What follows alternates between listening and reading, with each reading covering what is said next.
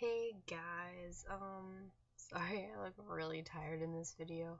I just woke up and it's like 9:30, 10ish, and it's a school day, but I decided to not go to school because I have a ballet recital today and tomorrow, and just not feeling up to going to school. We had dress rehearsal yesterday.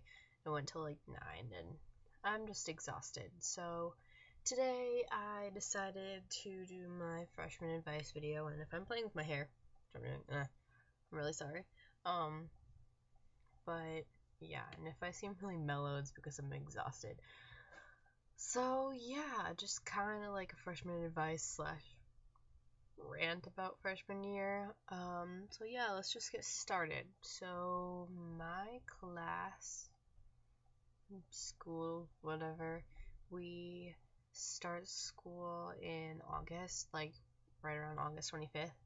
And so freshman year was pretty good for me. I mean, at the beginning I was really freaked out because I don't know about you guys, but junior high or middle school is 6 through 8, and um, when we got into 8th grade, the teachers kind of told us that we had to start like actually doing homework, and if we didn't do our homework in high school, then we'd get zeros and that kind of stuff, and we needed to use our agendas, and that ended up not really happening when we got to high school. So, just about the first day of school, like wear something that you're comfortable with. I know that most people want to impress their friends and like the guys in the grade and the upperclassmen when they get back to, 'cause it's kind of like the big reveal after the summer. But wear something you're comfortable in, wear something that's your style, something that impresses people, I guess, but don't wear something extremely slutty or that you're not comfortable wearing. I wore a skirt and a shirt, and I was all set. And wear comfortable shoes because you definitely will not be able to make it around the school if you wear like heels or something. Um, there are teachers all around, so you don't really need to worry about getting lost or anything like that. And for the first week or two, the teachers that you have are very forgiving about you being late to class because they know that you're still getting your bearings and you are confused with all the upperclassmen and the hallways are really crowded. So, lucky enough for me, my dad actually works at the high school, which can kind of be bad and a good thing. But I basically have grown up in high school, so I pretty much know it like the back of my hand. And yeah, it's not that hard. Another piece of advice I would give you is don't think you're all that in high school. Um, I don't think you'll necessarily get bullied by like seniors or juniors or upperclassmen, but the thing is, in 8th grade, you're at the top of the food chain, and then in freshman year, you get put at the bottom again. So as long as you go in with an open mind and realize that, like, I'm not the biggest fish in the pond anymore, then I think you'll be fine. Another piece of advice that was given to me by some sophomore girls is don't get mixed up with senior guys. I feel like there's just too much of an age difference between freshman and senior to be having a relationship, especially between a girl and a guy. It's different if the guy's the freshman and the girl's the senior. That's a completely different situation. But if you're a freshman girl and you're dating a senior guy, I feel like you could get put into some situations that you really didn't feel comfortable in. And that kind of goes along with peer pressure too. You are being pressured. You're going to more parties, you're going to more social events, you're going to be influenced to do drugs and drink. Maybe not necessarily in freshman year, but maybe towards the end. I know in my class, even in 8th grade, there's this one kid that, always throws the parties, and there's always that one kid. And at one of his last parties, apparently at the end of it, the guys brought like drugs and they smoked it without him knowing, and then he can't have a party anymore. So that kind of ruined our class's chances of having any real parties that we could be influenced by alcohol or drugs by. But that's really your decision, and you shouldn't let peer pressure or anyone else influence that. I know that I've made that decision. I made it a long time ago, and I know that whatever my friends say or do, I'm not going to be influenced by it. And I think you just need to keep a strong will and keep going forward. What else? Grades. Now, the classes are definitely going to be harder, especially if you're taking honors, or I don't think you can take AP as a freshman, but it may be different in other schools. But in my school, you can take honors classes. Take as many honors classes as possible, I would say, in whatever field of work you're going to go into. Like, I know that I am a dancer, as you guys can probably tell because I mentioned it a few times, and I just said that I have a recital today. So I don't really have any kind of like educational path that I would really go on for that. But I also love English, and I also want to be a writer. So I started this year in honors English, and that's not a class you take, but you can have the option of doing extra work and having it be put on your transcript as honors. So I'd recommend that. I didn't do any other honors classes other than honors geometry because last year I took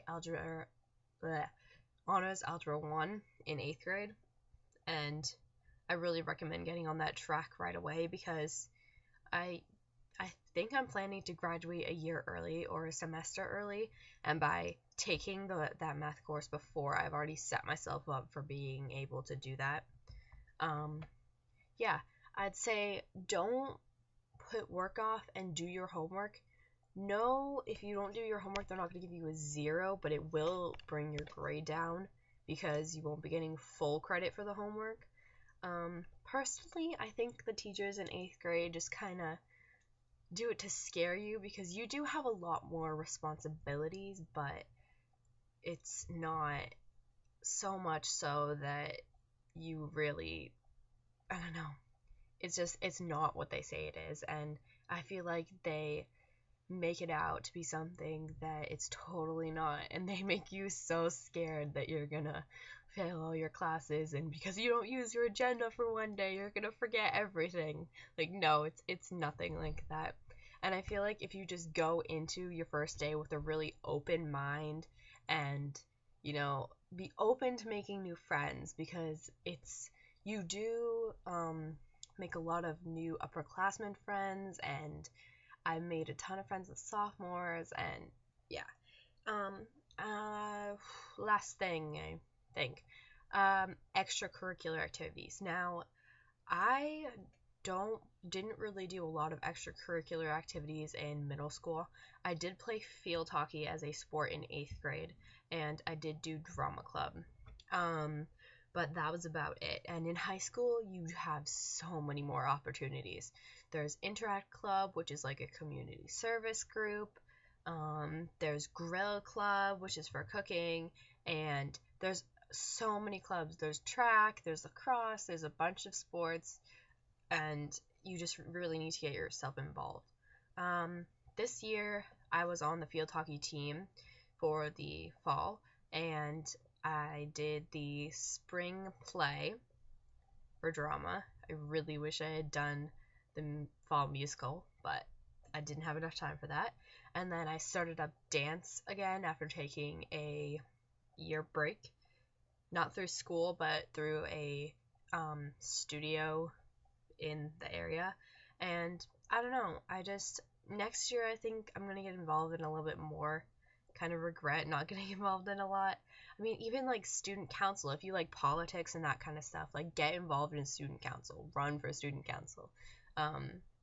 Because that's one of the things that your class really needs, because I don't know about other people's schools, but our school, the student council, we raise money for prom and senior dinner dance, and the money that we raise makes this senior dinner dance and prom tickets go down a little bit. So they're a lot less than, they may be like $40 instead of $100 if you want a really nice prom.